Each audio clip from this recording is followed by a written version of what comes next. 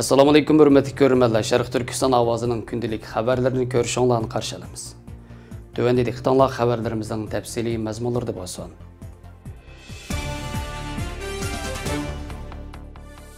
Amerika Tashqi siyosat jurnalining xabar qaraganda xabardor bir qancha amaldor va kishilarning Amerika Davlat ishlari kotibi Pompeoning Xitoy Kompartiyasi hukumatining Sharq Turkistondagi Uyg'urlarni bostirishining irqiy qirg'inchilik yoki emasligini aniqlash uchun tekshirishga buyruq tushirganligini oshkorlagan. Tashqi siyosat jurnalining 23 dekabr chorshanba kuni xabar qilishicha, Pompeo Amerika ishki jinoiy ishlar adliya ishxonasining mudiri va ishsiz bosh elchisi Morris Tanni mazkur ishga tekshirishga mas'ul bo'lishga buyurgan. Hozirgi va sobiq amaldorlarning so'ziga qaraganda, baholash qatnashganlar Davlat ishlari mahkamasining muvaqqat qonun maslahatchisi, Davlat ishlari mahkamasi ichidagi axborot bo'limining boshlig'i, kishilik huquq va Sharqiy Osiyo ishlariga munosabatli xodimlarni o'z ichiga oldi ekan. Amerika parlament a'zolari va kishilik huquq tashkilotlari uzun yillardan buyon Sharq Turkiston masalasida Amerika hukumatiga besim ishiltirib kelgan. Bu yil oktyabrda Amerika parlamentining ikki partiya a'zolari Amerika hukumatining Sharq Turkiston Uyg'urlarga panohlik berishni o'ylashini talab qilgan. Shuning bilan bir vaqtda bir guruh partiya hal qilgan parlament a'zolari qaror ma'qullab, Xitoyning Uyg'ur musulmonlarining kishilik huquqiga daxli taruz qilishini irqiy qirg'inchilik deb atagan. Amerika Davlat ishlari mahkamasining bu qitimliq tekshirishi ijroiya organlarining oxirgi qaror chiqarishiga turtki bo'lishi mumkin.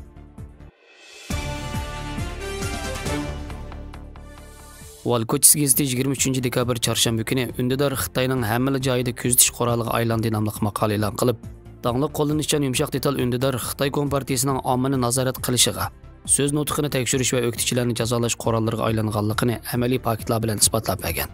Maqolada navbatda Xitoy davasida xalqning undidorni qo'llanishi kun sari eshib, Xitoy virusi yuqum mazgilda telegraf, idora organlarining to'rda xizmat qilishi, o'rganish, o'quvchilarning to'rdan dars olishi, to'rdan ilm setim qilish, o'zaro hal ahvolish qatorliqlar undidorga bo'lgan ehtiyojini kuchaytgan. Shuning bilan undidorning Xitoy jamiyatiga hukmronlik o'rni texmi cho'nqur yiltiz tortgan. Navbatdagi kishilar mutaxassislarning bildirishicha, yanfon, undidor va pul to'lash usullarini qo'llanganda kishilarning har bir ish harakati Xitoy Kompartiyasining kontrolligida bo'ldi ekan. Mana bu Xitoy Kompartiyasining hokimiyat yurgizishdagi prinsiplarining biri. Oxirgacha bir tayoqda boshqarish, har bir fuqaroni oxirgacha nazorat qilish ideyasi ekan.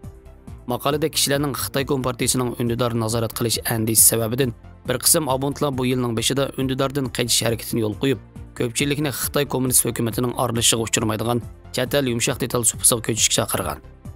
Ammo uzun o'tmay harakatni qo'zg'ovchi Xitoy hukumati tomonidan chaqirilib, bir necha oy ichida qo'zg'atilgan qarshilik harakati oxirlashgan.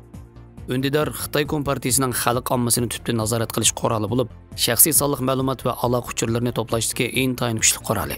Mayli xizmatda bo'lsin, pul muomala, kishilar o'tirsidagi ijtimoiy munosabatda bo'lsin, cho'ng kichik yanfon ishlatuvchilarning hammasi undidor ishlatishga ixtiyorsiz majbur bo'lgan. Agar undidorni ishlatmasa, kishilarning so'z harakatini qanday nazorat qiladi? Mana bu Xitoy Kompartiyasining chet el yumshoq detallarni qattiq cheklashidagi asosli sabablardan biri. Undidorning hozir dunyo miqyosida 1 milliard 200 milliondan ortiq aktiv abonenti bor. Amerika Trump hukumati bu yil sentabr oyida undidor va TikTok cheklama qo'yib, ularni ishlatuvchi uchurga erishish va tekshirish bilan ayblagan.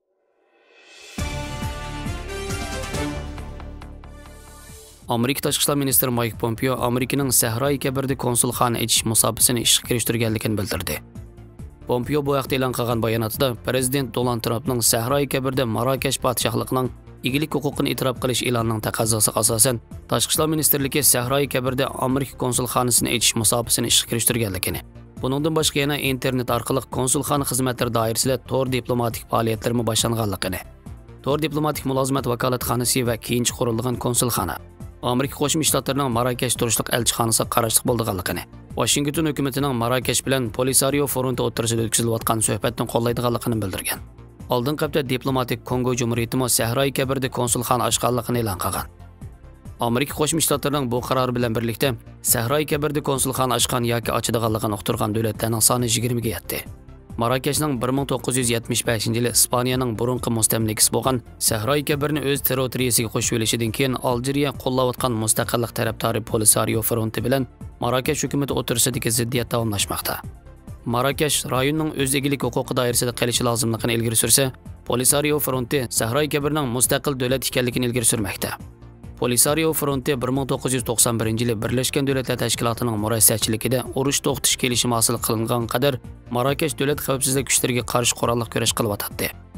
Urush to'xtatish kelishimi tuzilgandan tortib hozirgacha Sahroyi Kabirning salohiyati to'g'riliq o'tkazilayotgan suhbatlardan hech qanday natija hosil bo'lmagan.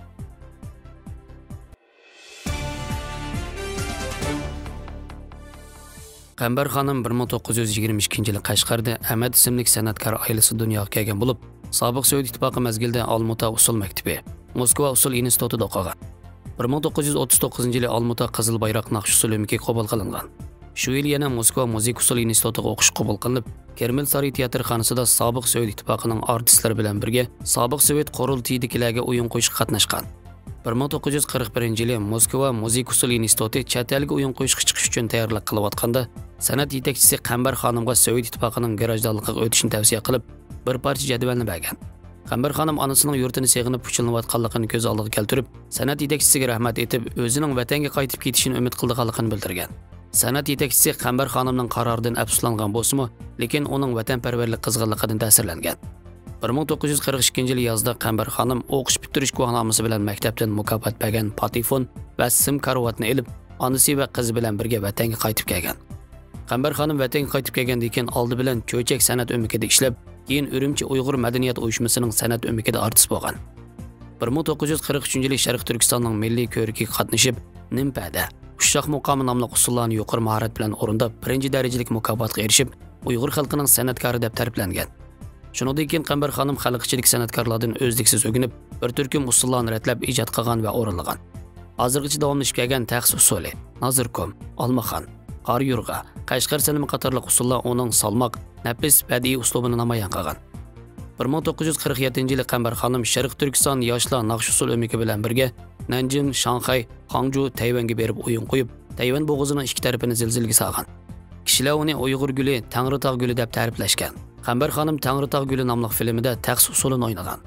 Qambar xonim vatanparvar usul peshvosi bo'lib, o'z millatining san'at tuprog'ida pishib yetilgan. San'at amaliyotida o'zliksiz izlanib, o'ziga xos uslub yaratib, xalqning izzat hurmatiga sazovor bo'lgan. 20-asrning 90-yillarida Dolan yurti maktabga berib, Dolan usuli ustida tekshirish va tadqiqot yapgan. O'zi ijod qilib o'rilgan vakillik asarlardan Chin usuli, 20-asrdagi dunyoviy nodir usul qilib bekitilgan. Uyg'ur usulchiligining peshvosi Qambar xonimning san'at hayoti xotirlangan bu suratlardan Sharq Turkistonning usul san'ati jihatdagi taraqqiyotini ko'rib olib bo'ladi.